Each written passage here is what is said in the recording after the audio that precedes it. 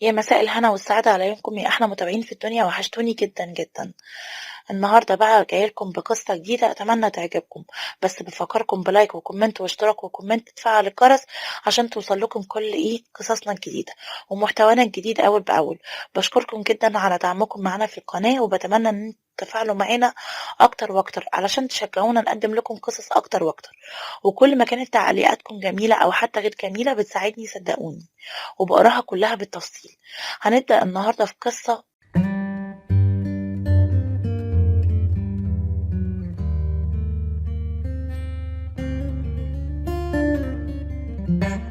اللي أنا جاية بيها من شاب كان جاي من الأرياف علشان يدرس في الجامعة، وبالفعل قدر إن هو يقدر يلاقي سكن قدام الجامعة، بس كان السكن ده مشترك بينه وبين كام شاب من بلاد مختلفة، كان أرخص له بكتير من سكن الطلبة وأوفر له سكن الشباب في الوقت ده. البيت ده كان له صاحبة ست عندها بنتها تقريبا تقول 12 سنة، في 5 ابتدائي 6 ابتدائي كده. اترمرت عليها بعد الجواز بعد ما جوزها توفى، والست كانت صاحبة البيت دي كانت ست جميلة جدا جدا. الشاب بتاعنا كان جاي من الأرياف عينيه مغمضة ما يعرفش أي حاجة، وعشان يروح يدرس في كلية الهندسة. وبنتها بقى كانت بتدرس رياضة لأنها كانت ضعيفة فيها جدًا، وقصدته علشان يدرس لبنتها، ومهما جابت لها مدرسين ما كانتش بتقدر تستوعب منهم، وكانت أجورهم مبالغ فيها جدًا. فوافق الشاب دوّة إنه يدّي بنتها درس بس علشان عندها تحت البيت، لإن البنت طبعًا ما ينفعش تطلع الشقة لإن كلها شباب.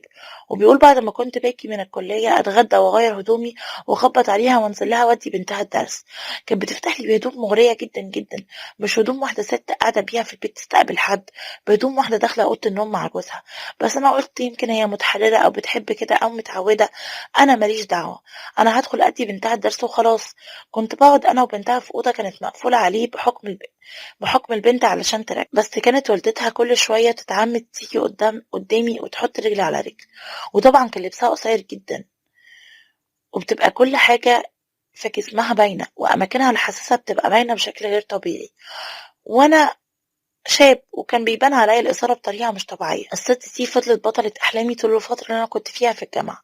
كل ليلة كانت معايا في الحلم بوضع وبشكل وبحالة تانية. المهم أنا ما بقيتش قادر خلاص أعمل أي حاجة وأفتح معاها كلام لمجرد إن أنا أشوفها. بس أنا بصراحة كان نفسي أعمل معاها علاقة، نفسي أجرب إحساس الستات في السن ده، أو بجرب الإحساس ده عامة، لأن أنا طبعا ماليش تجارب وعمري ما عملت حاجة زي كده. بدأت أزود الحصص لبنتها شوية بحكم إنها ضعيفة، وبقيت أجيلهم في أوقات أتعمد إنها تكون متأخرة شوية، يا إما في وقت القيلولة اللي بيبقى بعد الغدا. أكتر الناس بتكون مريحة ونايمة. بصراحة كنت أول ما باشوفها كنت باتبسط جدًا وهي بالمنظر ده، وما قدرتش أقاوم نفسي وأمسك نفسي، وكمان حسيت إنها ميالة ليّا، لإن أنا بدأت أتعجب في جمالها وهي ما كانتش بترفض. أصلًا كانت بتقدم لي الحاجة الساقعة والمشروب، بقيت ألزق فيها ولقيتها ما كانتش بترفض الموضوع خالص، وبابقى مش قادر، وهي دي كانت الإشارة. وبدأت أرمي إيدي عليها في أي مكان في جسمها غصب عني، كأن غصب عني يعني، بدون قصد، وهي ما كانتش بتمانع ولا بترفض. بدأت أحس إنها كمان عايزاني زي ما أنا عاوزها. صارحتها ودخلت ليها في الموضوع على طول من غير اللف والدوران. قلت لها انتي عاجباني وانا عاوزه اتجوزك. طبعا انا ما كنتش اقصد ان انا اتجوزها، انا قلت كده وخلاص عشان تفهم موضوع العلاقه. قالت لي ان اهل جوزها مانعينها انها تتجوز، لان هي كان زمانها اتجوزت من زمان بعد جوزها ما توفى. بدات اقول لها انا معجب بيكي ومش قادره ابعد عنك والكلام ده عشان تحن وتحس بيا. وفعلا بنتها كانت في المدرسه في الوقت ده، وقدرت بكلمتين على لمستين على حضن بقينا في أوضة النوم. وأخيرا عملت معاها علاقة اللي كنت بتمناها وبستناها بفارغ الصبر. يا على ده إحساس ما يتوصفش.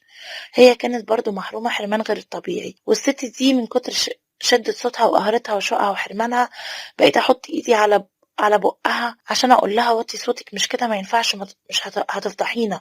وهي ما كانتش قادرة، بس عجبتها في اليوم ده وخليتها بعد كده هي اللي تطلب مني إن أنا أجي وأعمل معاها العلاقة. ما بقتش قادرة إنها تستحمل، وأنا اللي كنت باتقل عليها شوية بشوية. بصراحة أنا كنت باطلب منها فلوس وكانت بتديني كل اللي أنا عاوزه، شوية مقابل الدرس، شوية بتديني هدية حلوة، شوية عشان نخرج خروجة حلوة. في الأول الموضوع عجبني بس بعد كده ما عجبنيش، وبالذات لما اتعرفت على زميلتي بسنت في الجامعة، واحدة من سني حبيتها قوي قوي، محترمة لأبعد الحدود، حتى ما بتخلينيش أمسكها، ومعاها بحس إحساس غريب غير اللي بحسه مع الست دي. بس للأسف لقيت إن الست دي بتفاجئني بتقول إنها عاوزة تتجوزني، ومش هاممها كمان من أهلها، وبتقولي إن أنا حامل، برغم إن أنا كنت محرص قوي في موضوع الحمل ده عشان ما يحصلش. الله أعلم كانت بتقول كده عشان تكركرني ولا لأ. ولما رفضت وقلت لأ جابت لي ناس مضتني على كمبيالات بالعافية وتحت تهديد السلاح، وفعلا وقعت على الكمبيالات واصلة أمانة على الأبيض مفيش فيها أي رقم تقدر تحبسني بيه، يا إما تتجوزني يا إما تحبسني. وبصراحة أنا ما قدرتش إن أنا أتجوزها، بس مش عشان أكبر مني ولا عشان نمت معاها، عشان الفرق اللي بيني وبينها، وعشان أهلي كمان عمرهم ما هيرضوا.